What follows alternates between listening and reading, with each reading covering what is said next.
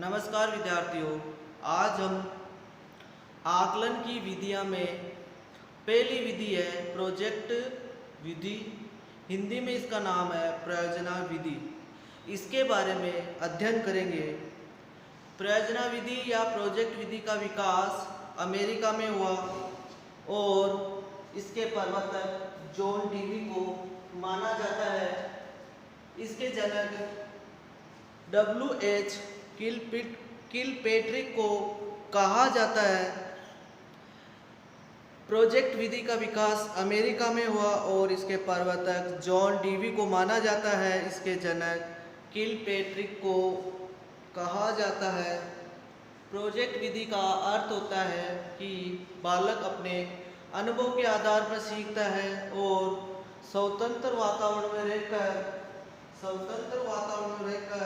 अनुभव प्राप्त करता है और इसी अनुभव के आधार पर बालक का शारीरिक और मानसिक विकास होता है। प्रयोजना विधि में बालक अपने अनुभव के आधार पर सीखते हैं। उन्हें स्वतंत्र रूप से सोचने या विचारने का अवसर प्राप्त होता है और तभी उनका शारीरिक व मानसिक विकास होता है। अर्थात विशेष रूप में किया जाने वाला कार्य प्रयोजना विधि कहलाती है। प्रयोजना विधि में हम बात करें परिभाषा की। परिभाषा में पहले W.H.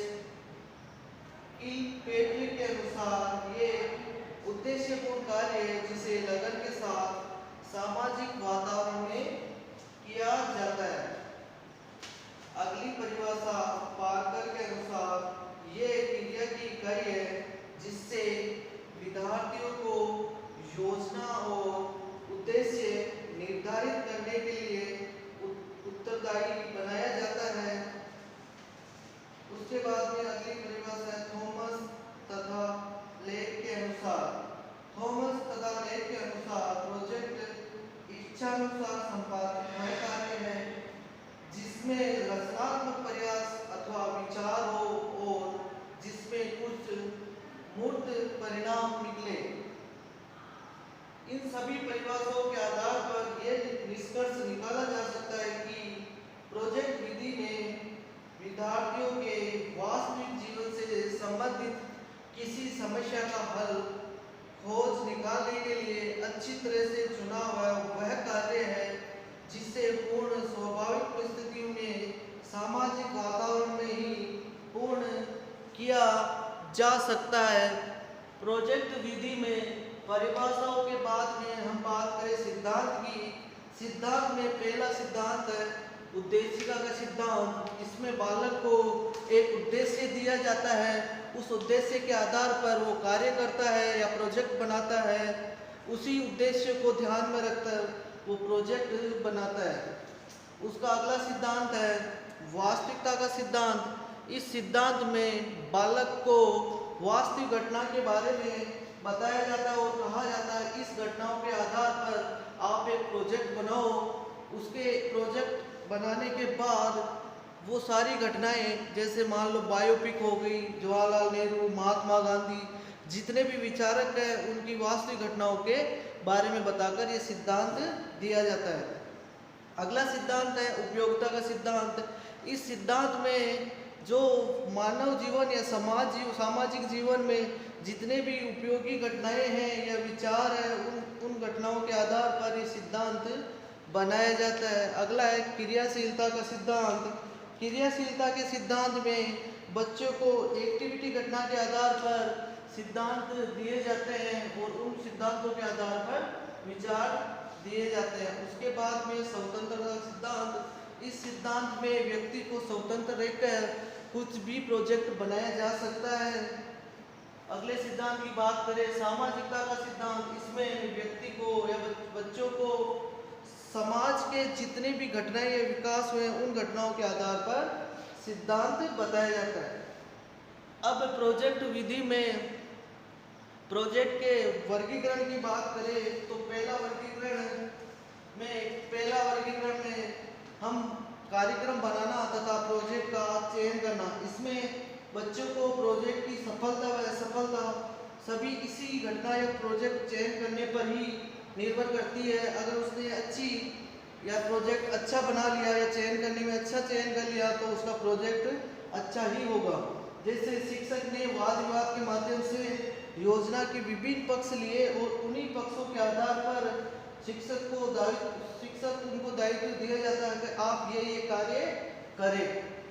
दूसरे वर्गीकरण में हम बात करें प्रारूप तैयार करना या स्थिति प्रदान करना। इसमें विद्यार्थियों को आयु, इच्छा और योग्यता को ध्यान में रखते हुए शिक्षक को ऐसी घटनाएं छात्रों के समक्ष उत्पन्न करे जिससे छात्र रुचि ले और उस रुचि के आधार पर छात्र समस्या का समाधान करे तथा उनका ध्यान केंद्रित हो।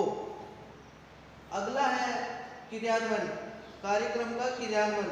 प्रत्येक छात्र की योग्यता, प्रगति और रुचि की क्षमता के आधार पर दायित्व दिया जाना चाहिए। शिक्षक को अप्रत्यक्ष रूप से योजना के प्रत्येक प्रश्न पर ध्यान देना चाहिए ताकि आवश्यकता पड़ने पर मार्गदर्शन किया जा सके। उसके बाद में उद्देश्य, योजना का देने का या प्रोजेक्ट बनाने का जो उद्देश्य है उसको ध्यान में रखकर सफलता तभी प्राप्त की जा सकती है। शिक्षक को अप्रत्यक्ष रूप से छात्रों के समग्र योजना हेतु सही मार्गदर्शन प्रदान करना चाहिए ताकि अधिक उपयोगी हो सके।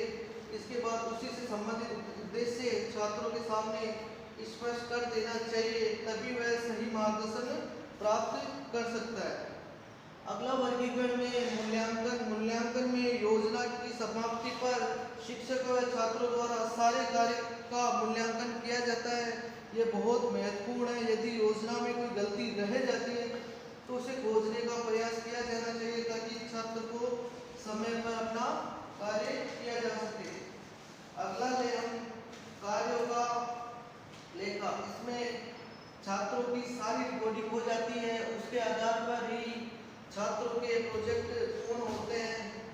प्रोजेक्ट की अगली विशेषता, अगला पॉइंट प्रोजेक्ट की विशेषता है। इसमें प्रोजेक्ट में छात्र स्वयं चिंतन करके पढ़ते हैं अर्थात कार्य करते हैं। इसमें छात्र पूरे समय एक्टिव रहते हैं या सक्रिय रहते हैं। इससे छात्रों में श्रम या कार्य करने की निष्ठा जागती है। प्रोजेक्ट कार्य से छात्रों में उत्तरदायित्व का भाव उत्पन्न होता है। प्रोजेक्ट छात्रों में धैर्य, संतोष तथा आत्मतुष्टि के भाव जगते हैं। प्रोजेक्ट करके छात्रों के लिए प्रेरित का कार्य होता है। प्रोजेक्ट से छात्रों में सहयोग की भावना जागृत होती है। प्रोजेक्ट से प्राप्त ज्ञान स्थायी होता है, लंबे समय तक इसका ज्ञान बना रहता है। प्रोजेक्ट की प्रगति मनोवैज्ञानिक होती है। प्रोजेक्ट के दोषों में अगले दोष की बात करें तो पहला दोष है ये बहुत खर्चीली होती है। इसमें बहुत खर्चा लगता है। ये कक्षा शिक्षण में अधिक समय लेती है और ये बच्चों के लिए नहीं होकर बड़ों के लिए उपयुक्त है। इसके द्वारा ज्ञान क्रमबद्ध व सही तरीके से नहीं प्राप्त किया जा सकता है। इसमें शिक्षक को अधिक मेहनत करनी पड़ती है। ये सामान्य छात्र व शिक्षक के लिए कठिन होती है। इसके माध्यम से वास्तविक सिद्धांतों का ज्ञान प्राप्त नहीं किया जा सकता है।